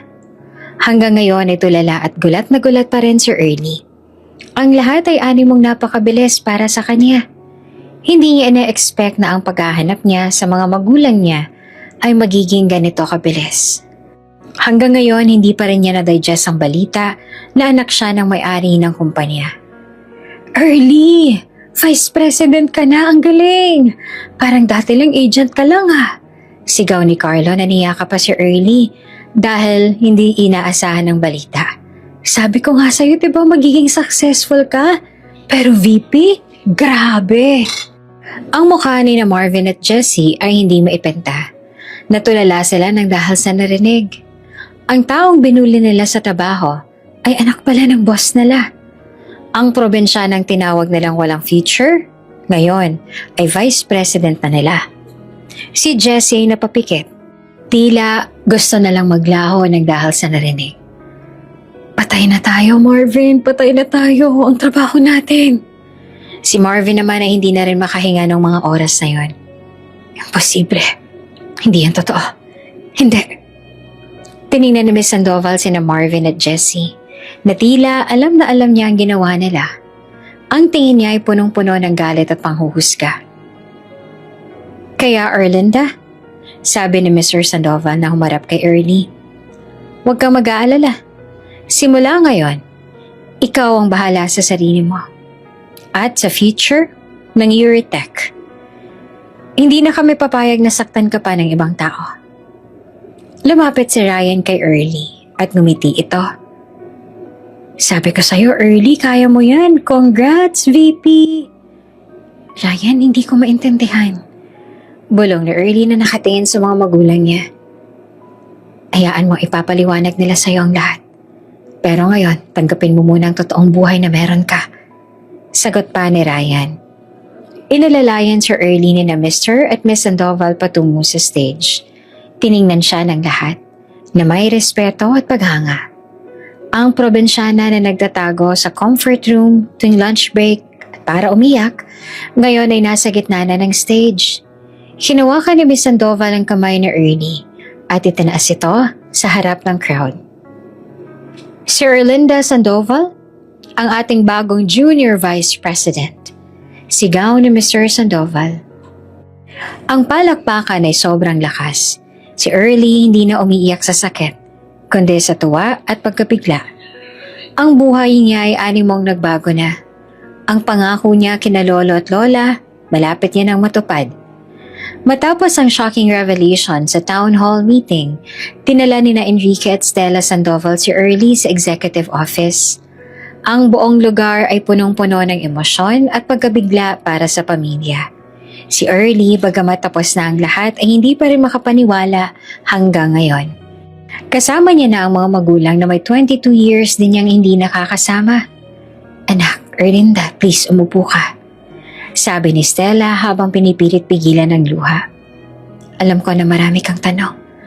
Pero kailangan mong malaman na mahal ka namin. Ma'am, sir, pwede pong pakipaliwanag po ng lahat? Bakit po nangyari yun? Bakit po ako nawala? Tanong ni Early na nanginginig pa rin ang boses. Huminga ng malalim si Enrique. Noon, may malaking krisis sa kumpanya.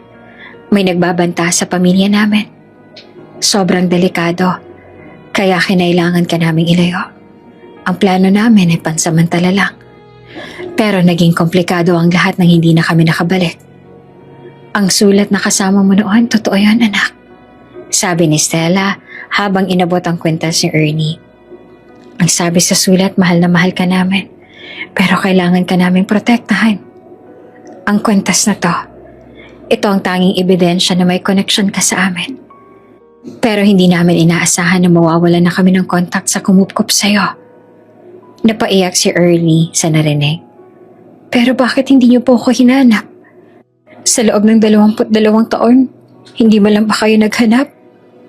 Hinanap ka namin, anak. Pero ang record na naiwan, hindi na yun ang tunay na address. Akala na namin na nasa safe ka na. Wala kami naging lead kung nasaan ka.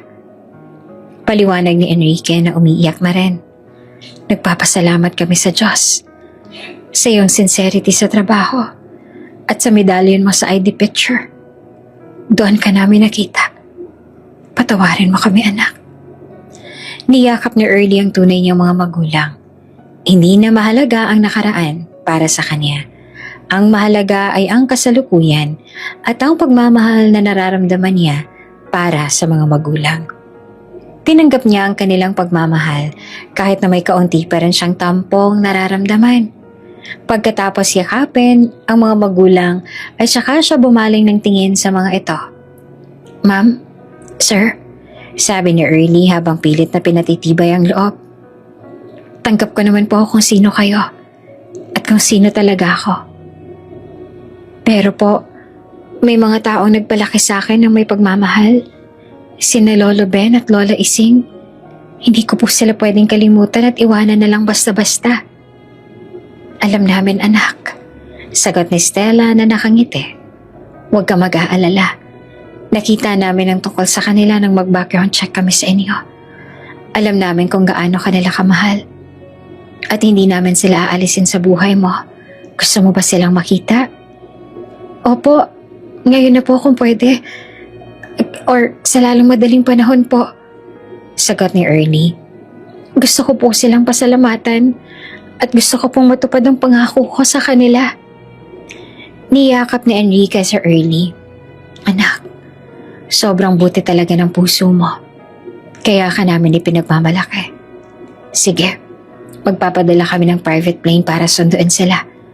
Handa kaming makilala ang mga taong nagturo sa'yo ng halaga ng buhay." Ang pagkakaisa ng dalawang pamilya ay nagsimula sa pagtanggap ng mga Sandoval sa dalawang matanda.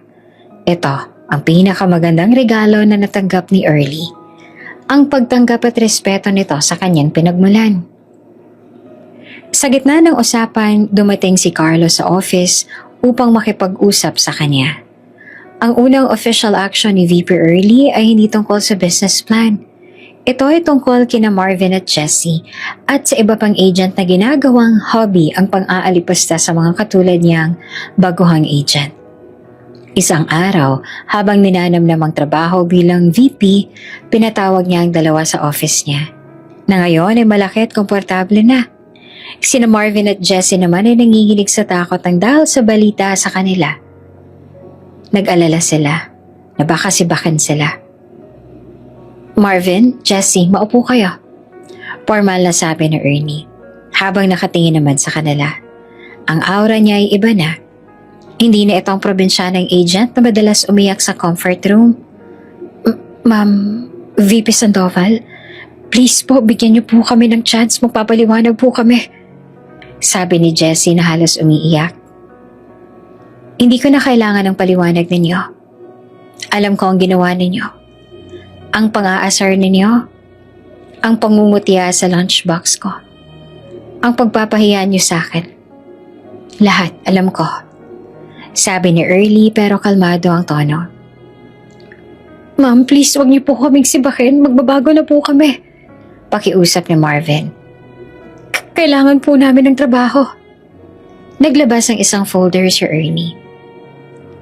"Sa tingin niyo ba, maghihiganti ako sa ginawa ninyo sa akin? Nasisibakin ko kayo? Bibigyan ko kayo ng dismissal notice? Hindi. Hindi ko gagawin ang lahat ng yan." Nagulat ang dalawa. Hindi po." "Hindi. Dahil binuo ako nun. Kung ano man ang nakita nyo ngayon sa harap nyo, kayo ang may gawa nito. Nang dahil sa inyo, lumakas ako. Itinayo niyo ang loob ko. Dahil sa inyo, sinabi ko sa sarili ko na kailangan kong lumaban. Ang mga pang-aasar ninyo ang pumilit sa akin na maging matatag at maging mas magaling. Kaya thank you." Seryosong sabi ni Early bago huminga ng malalim. "Kaya ang desisyon ko para sa inyo, walang dismissal. Bibigyan ko lang kayo ng final warning. At kailangan niyong umattend ng mandatory sensitivity training sa loob ng 1 buwan. Ayoko nang marinig na may binubuli pa kayo sa floor." Utos ni Early. Napaiyak sina Marvin at Jessie, pero hindi sa takot, kundi sa hiya at pasasalamat. Lumabas sila sa office, bitbit ang bagong aral sa buhay. Hindi kalaunan ay bumalik si Early sa probinsya. Hindi nagpadala ng pera si Early. Hindi siya nagpadala ng mga gift or appliances dahil ang pangako niya, hindi pera. Ang pangako niya ay ang pagpapahinga ng dalawang matanda. Sumakay si Early sa helicopter ng Euritech kasama ang security at isang nurse na inihire niya para magtrabaho ng full-time. Pagdating sa probinsya, nagulat ang lahat nang makita nila si Early. Paglabas ni Early, dumiretso siya sa bahay ni na Lolo Ben at Lola Ising. Nakita niya ang dalawa. Nag-aayos pa rin ang mga kagamitan sa bukid. "Lo! La!" sigaw ni Early. Nagulat ang dalawa. "Apo? Anong ginagawa mo rito? At bakit ka naka-helicopter?" Tanong ni Lola Ising na takang-taka. Lumapit si Early at niyakap ng mahigpit ang dalawa. Lo, mabibigay ko na po sa inyo ang buhay na pinangako ko noon. Makakapagbakasyon na rin kayo sa lugar na gusto niyo." "Bakit, Early? Nagpadala ka ba ng pera?" "Naku apo, hindi ka na sana nag-abala pa," sabi ni Lolo Ben habang pinapahid ang luha. "Hindi po ako nagpadala ng pera, Lo. Ang pangako ko po, diba? Pauupuin ko na kayo na hindi na kayo magsasaka. Kaya ang vacation ninyo, panghabang buhay na." Ngiti ni Early. "Tara na po. Sumama na kayo sa akin sa Maynila. Dadalhin ko kayo sa mas komportableng bahay." Hindi naman makapaniwala sina Lolo Ben at Lola Ising sa narinig. "Maynila? Pero paano ang bahay at ang bukid, Apo?" tanong ni Lola Ising. "Huwag niyo na pong alalahanin yan. May manager na po akong kinuha para rito. Magpapahinga na po kayo. Aalagaan na po kayo sa Maynila. May nurse na rin at tamang maintenance na galing sa ospital." Paliwanag ni Early na pinunasan ng luha ng lolo at lola niya. Ipinakilala ni Early ang nurse sa kanila. "Full-time na po siya para lang sa inyo. Hindi na po kayo magpapagod. Hindi na po kayo masasaktan," sabi ni Early. Niyakap ng dalawa si Early ng mahigpit. "Salamat naman anak. Ang biyaya mo sobrang laki. Sobrang successful mo na. Ang pagpapala mo, sobrang dami." Umiiyak na sabi ni Lola Ising na hindi pa rin makapaniwala ng mga oras na yon. Sa pag-alis nila, muling tiningnan ni Early sa huling pagkakataon ang bahay at ang bukid. Nagpasalamat siya sa pinagmulan niya. Nagpasalamat siya sa hirap na nagturo sa kanya na maging matatag. Sumakay silang tatlo sa helicopter. Sa Maynila, may naghihintay na mas komportable at tahimik na bahay para sa dalawang matanda. Ang pangarap ni Early, unti-unti nang natutupad. Pagdating sa Maynila, dinala ni Early sina Lolo Ben at Lola Ising sa bago nilang bungalow. Malaki, malinis at may sariling garden. Kung saan pwedeng magtanim si Lola Ising ng mga gulay pero hindi na kailangan pang magtrabaho. La, ito na po ang bahay ninyo. Huwag na po kayong mag-alala sa rento sa bills. Wala na po kayong alalahanin," sabi ni Early habang inalalayan sila papasok. "Apo, ang ganda. Parang panaginip lang lahat ng ito," mahinang sabi ni Lolo Ben. Doon na nag-umpisa ang pag-aalaga ni Early sa lolo at lola niya. Sa tulong ng nurse at ni Early, laging on time ang pag-inom ng maintenance nila. Si Lolo Ben nagpapahinga na lang sa garden. Si Lola Ising nagluluto na lang ng masasarap na pagkain. Wala na silang sakit. Hindi na sila napapagod. "Early anak," sabi ni Lola Ising isang hapon. "Ang lahat ng ipon mo, ginamit mo agad sa amin. Hindi ka man lang nagdalawang isip na gumastos para sa amin. Salamat sa lahat ng ito, Apo." Lo, kayo ho ang dahilan kung bakit ako successful. Kung wala kayo, wala rin ako dito. Kaya maraming salamat po sa inyo. Hindi ko po kayo makakalimutan," sagot ni Early habang yakap-yakap ang dalawa. Ang pagmamahal at pagpapakumbaba ni Early ay hindi nagbago at isa iyon sa mga pangaral sa kanya ng mag-asawang nagpalaki sa kanya noon pa man. Hindi kalaunan ay tuluyan ng ipinakilala ni Early ang kanyang mga lolo at lola sa tunay niyang mga magulang. Gaya ng inaasahan ay nagulat ang kanyang lolo nang malaman mula sa kanya na natagpuan niya ng mga magulang niya sa Maynila. Ngunit di kalaunan na natuwa rin sila para sa apo. Isang hapunan naging emosyonal para kay Early na makita niya ang dalawang pamilya. Sina Lolo Ben at Lola Ising at ang tunay niyang mga magulang, sina Enrique at Stella Sandoval. Sa isang long table sa bagong bahay ni na Lolo at Lola, naghapunan silang lahat. Ang paligid ay napuno ng tawa at pag-ibig para sa kanya. Mr. at Miss Sandoval, paniwalaan ni Lolo Ben, maraming salamat po sa pagmamahal ninyo kay Erlinda. Salamat po sa pagtanggap sa amin. Wala na kaming hihilingan pa. Lolo Ben, Lola Ising, sagot pa ni Stella na may luha sa mata. Hindi po kayo ang dapat na magpasalamat sa amin. Kami po. Kayo ang nagbigay ng magandang buhay at nagpalaki kay Erlinda. Kayo ang nagturo sa kanya na maging matatag at mapagkumbaba. Salamat po sa pagpapalaki sa anak namin. Salamat po sa inyo. Dagdag pa ni Enrique. Hindi namin kayo aalisin sa buhay ni Early. Kayo ang pamilya niya. Nang dahil sa inyo, maganda ang naging buhay na meron si Early ngayon. Si Early ay nakatingin naman sa 4 na tao, umiiyak sa tuwa. Kompleto na ang pamilya niya.